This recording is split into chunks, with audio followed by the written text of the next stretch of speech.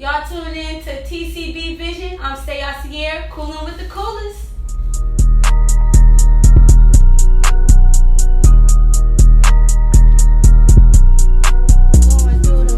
Trying to find who I was, get treated less than I deserved, became a blessing to some. My account was in the red, can't wait to deposit them funds. Too many niggas in the bed and they can't father their sons.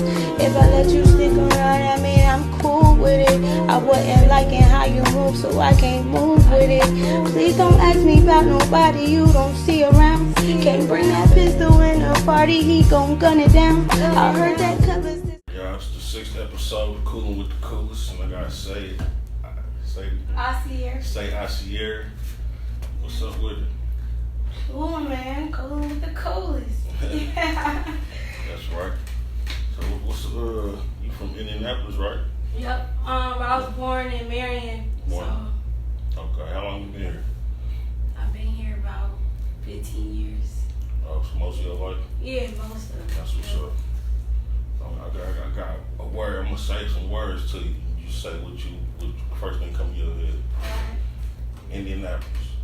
Corn. Money. Bags. Justice. Peace. Loyalty. Love.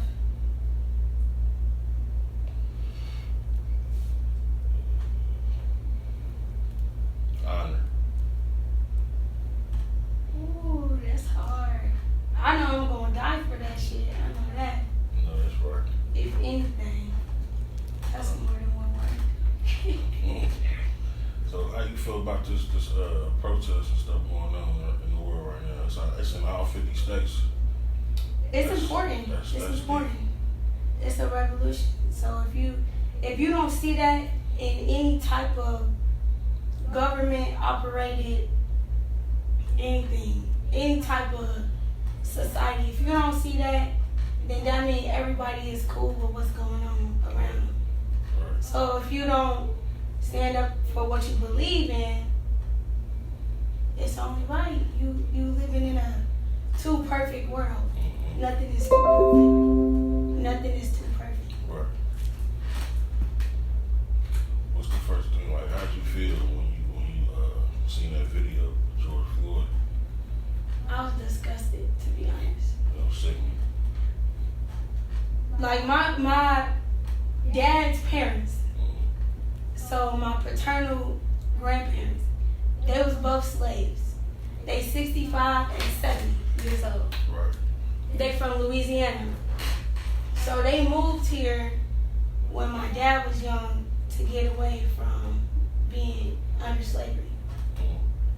They young as fuck, 65 and 70. And what they got right now is what they would consider the American dream. They own their house, they got grandkids, all their kids is alive, doing well, so that's all they wanted. You said they came here, settled here. Mm-hmm. Yep. And around what time was that? What era was that? I think they moved here. My dad was born in 75. They moved here about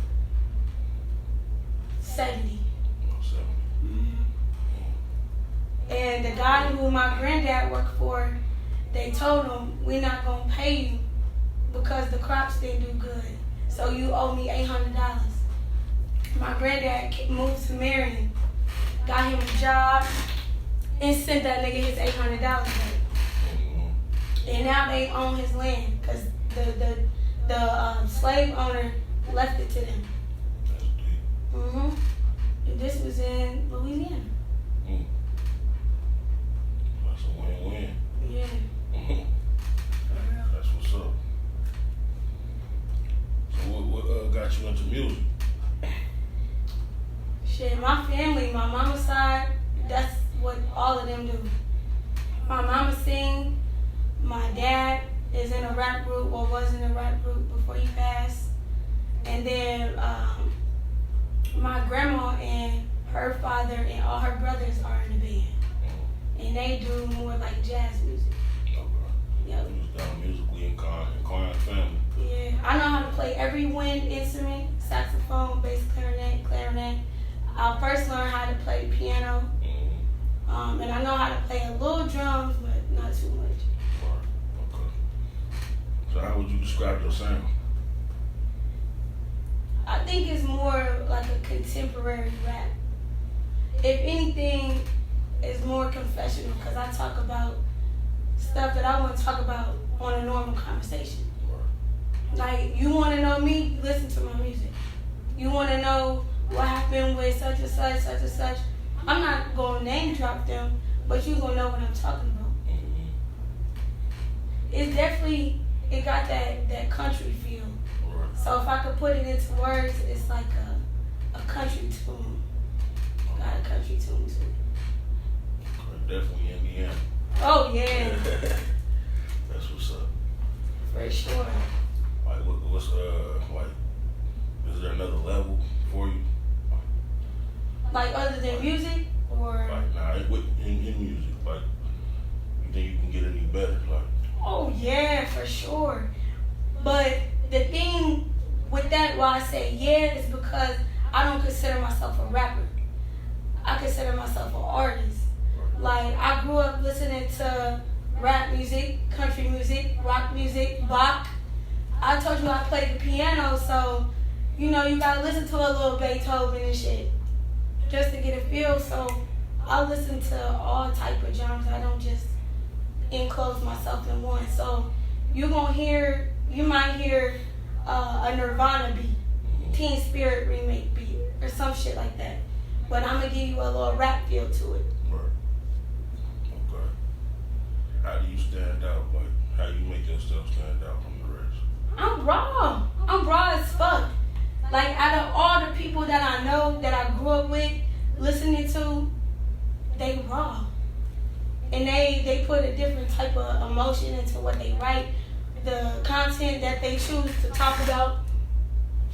And then I told you, my dad, that nigga is my everything. Was my everything, is my everything. His flow, his demeanor, how he changed the tone of his voice, like all that shit. So everything that you hear in my music, you gonna hear from my dad.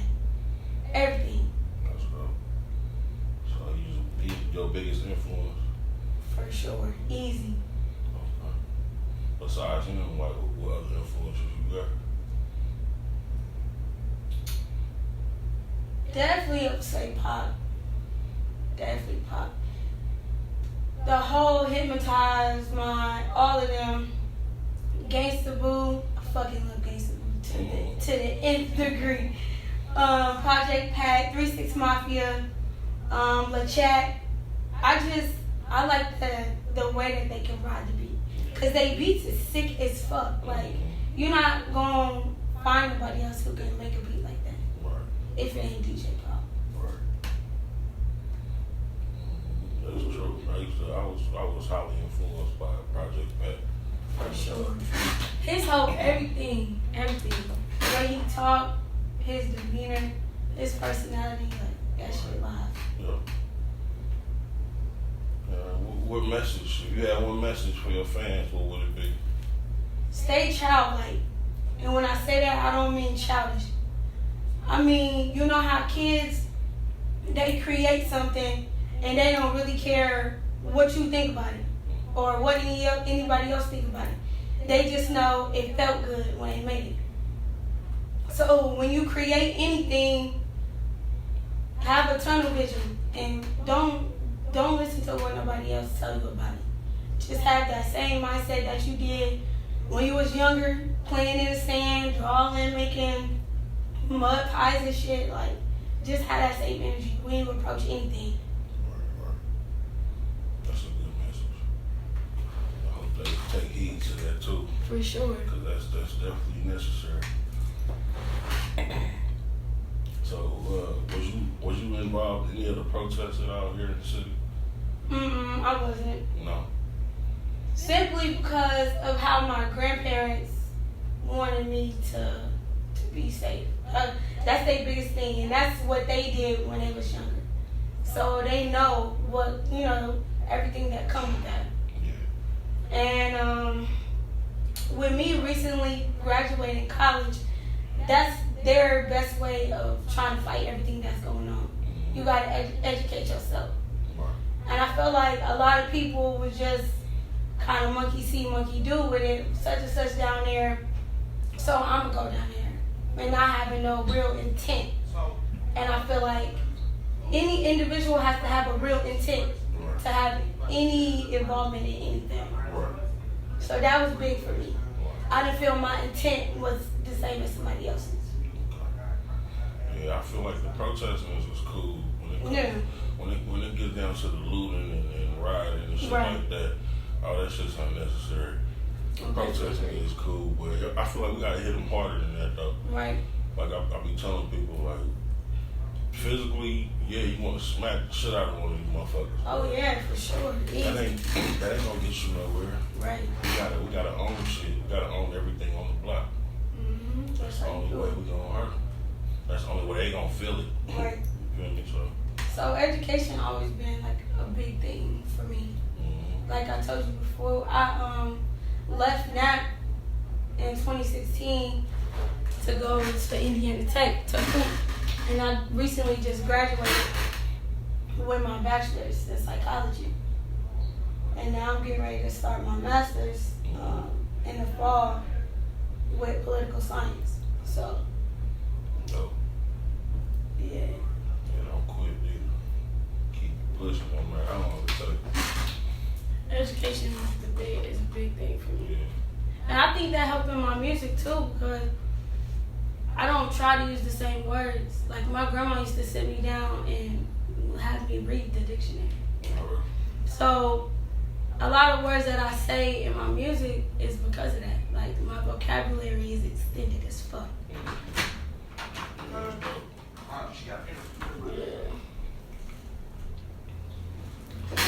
Do you ever think there's gonna be an end to this racism shit?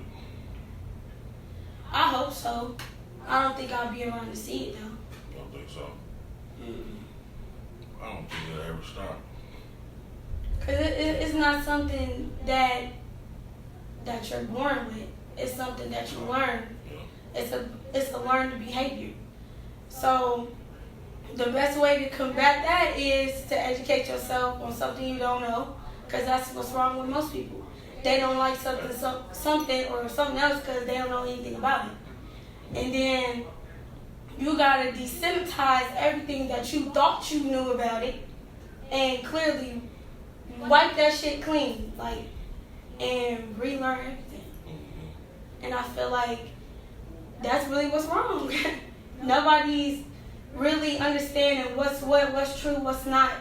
Excuse me. When it comes to a certain culture, so they just completely say that they don't fuck with it.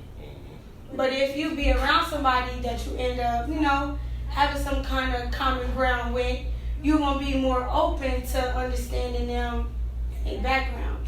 Because you know them already. You know what I mean? People just not open-minded enough about it. Yeah, like you said, educate yourself. Education is everything. For sure. So where do you see yourself in 10 years? 10 years.